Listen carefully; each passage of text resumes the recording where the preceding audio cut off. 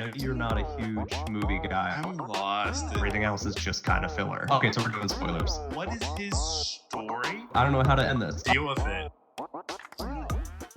So we just got finished playing Little Hope, another Game in the Dark anthology series. I have a very skewed view in this because I had already seen a playthrough of it, so I knew the ending this whole time. So for me, it wasn't as scary as I think it could have been. What about? I don't know.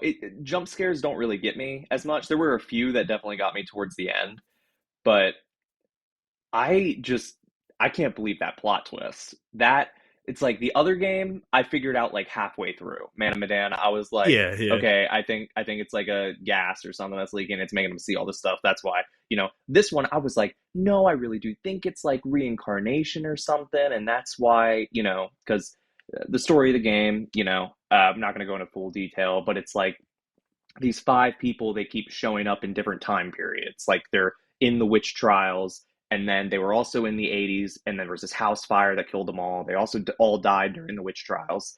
And then now they're in a bus crash, and they're experiencing very weird things that keep happening to all of them. And it's like all time back. They're seeing their past selves and like what's going on. So I truly was thinking like, okay, maybe there's something to do with this town. Like it keeps bringing them back for some reason. Like for some reason, every life that they live, they keep ending up in this town. Or even the one theory kind of made sense that was said, like, what if they are just all dead and they just keep having to like relive this nightmare for like bad stuff that they did or something like that. But never in a million years did I expect that Andrew was the bus driver from the beginning who crashed the bus, and it was all PTSD from him blaming himself about the house fire. Yeah. Like when that was revealed at the end, like I audibly gasped in the stream. I was like my mouth was on the floor. That was one of the best plot twists in a long time. So you liked it? I loved it. I loved it. Like, see, I can't even get like that because everything else was very like, okay, this is all like, oh, it's the Blair Witch Project, or oh, it's like it's a Salem Witch Trials movie or something like that. And I was like, what's going to be the thing here? What's going to be the big like drawing point? And when it showed up that it was like him just having PTSD because he lit the match that started the fire, even though it wasn't his fault, still blaming himself. And then that older guy, Vince, was actually there, but he was his sister's boyfriend. And like he had to like show him forgiveness at the end and say like, oh, I realize, this isn't your fault. Just leave here. I don't want to see you again. But oh my God, like that hit. I'm like, this was perfect. Like that was a great story. I loved it. Yeah. I see. I'm really torn because I feel like that ending like cheapened everything that happened.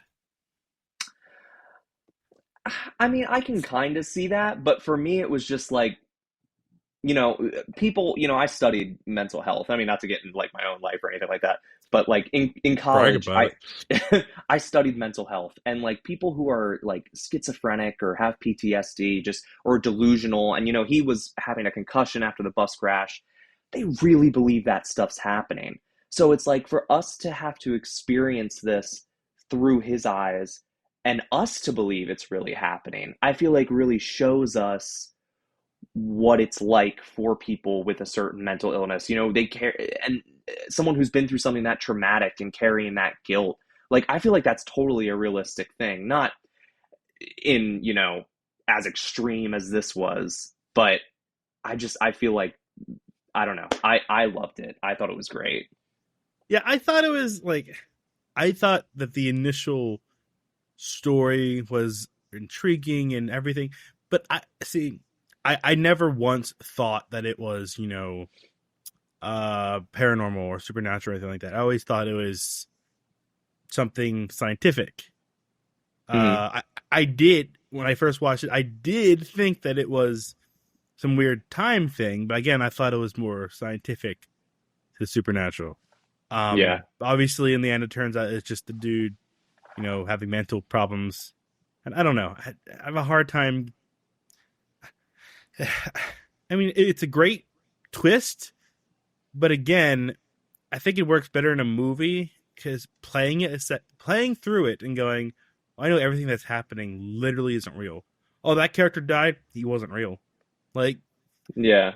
it's like, I don't know. But see, I feel like that it gives you incentive to try to save the characters because it makes him forgive himself more in the end, Like he sees these people redeem themselves and he sees like we only just finished playing it, so I haven't had like a whole bunch of time to mull it all over, but I really feel like this just kind of hit something in a completely different way. Like it handled a theme that isn't really handled much in horror games like this. Yeah. And I don't know. If I went back and played it, it might feel cheap, like you said. It might feel like, oh, this doesn't really matter, as much. But playing it for the first time and getting that twist at the end, I'm like, oh, that threw me for a loop, man. I can't even explain. Like I was dying sitting in those credits, waiting to see the after credits scene. I was like, man, I want to talk about this so bad. We gotta hurry. Yeah. Oh my gosh. So let me ask you this: do you think, because there's still 2 other games left we have to play yet, do you think, or would you want the other games to take a more monster-y approach, or do you want them to continue to be more grounded? I kind of like the grounded because especially now that it's two for two. Like this one, I just thought like, I thought the first one was just like, oh, that is an interesting little twist, like, oh, none of it is real. But the second one doing it as well, now I kind of feel like they have to stick with this. Like it's gonna be it's not gonna be what it seems. It's not gonna be like paranormal or supernatural. It's gonna have some sort of rational explanation, and I kind of like that. I think the opposite is true. I feel like they have to go crazy because we're expecting it to be grounded, Yeah. And again, I don't know what level of crazy, but I feel like they would have to step it up somehow, Mm-hmm. But you've seen the next one as a playthrough, right? I have. I am keeping my details very unenlightening. Yes, please. My views are very much just of this current series, my thoughts on it at the moment. Again, I have not actually played it, but I am very excited because the next one gets wild. Yeah, and then the fourth one you haven't seen, right? No, I have not seen the fourth one. Okay, so perfect. so the past 2, and the fourth one, because I watched the trailer for the fourth one, it looks like they're more typical horror. Whereas the next game we're playing seems more, I mean, it's horror, but it's more adventure horror, like Indiana Jonesy, like almost Tomb Raider-esque.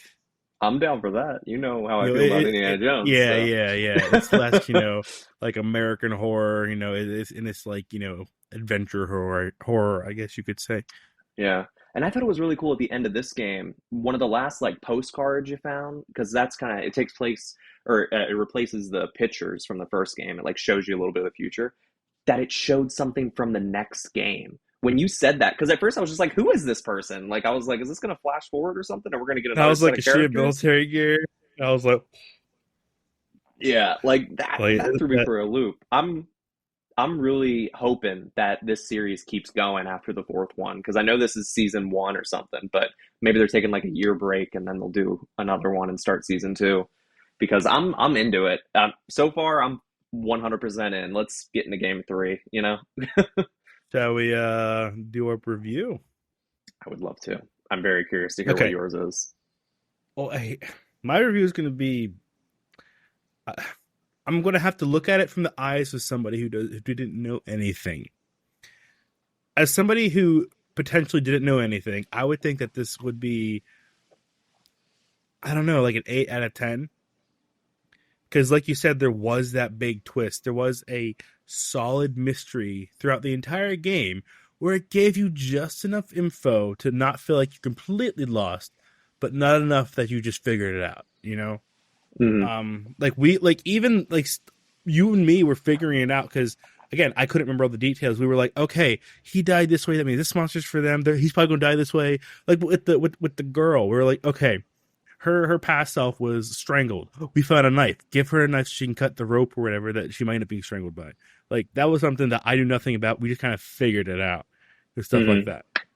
So again, as a game without you knowing anything, I think it is a solid 8 out of 10. Yeah. So for me, with the plot twist making sense and being so good, because they could have just made a plot twist and it not add up and not have a huge revelation. But when it was a plot twist that made sense and added up with everything, the part that really got me was finding out that Andrew survived the fire. That's what Yeah. kind of confirmed it for me. Like when I found that out and then the plot twist, I was like, oh my God, that actually makes Yeah. sense. And I never expected it. So with Yep. all of that, and then the game also being a solid mystery and a really fun time, I'm going to give it a 9.5. I feel like it had a slow start. Like the first hour kind of took you a little bit to get into it. It took me. I was. But once Especially I was for- in, mm. I was locked in. So 9.5 for me. Oh yeah, I really loved how at the end they showed the outside perspective of this dude and what it looked like. Yeah. So I don't know. That was pretty neat in my mind. Yeah. And I'm very excited to get into House of Ashes. Oh yeah. We did you want to watch the trailer on that, or just gonna go in blind? Well, it kind of did show a little trailer. At the Yeah, end you're credits right. scene. Yeah. You're right. You're right. So I have a okay. little taste of it, You're you know. right. I know what I'm expecting. All right. All Well, right. I guess next time we'll just have to go with it.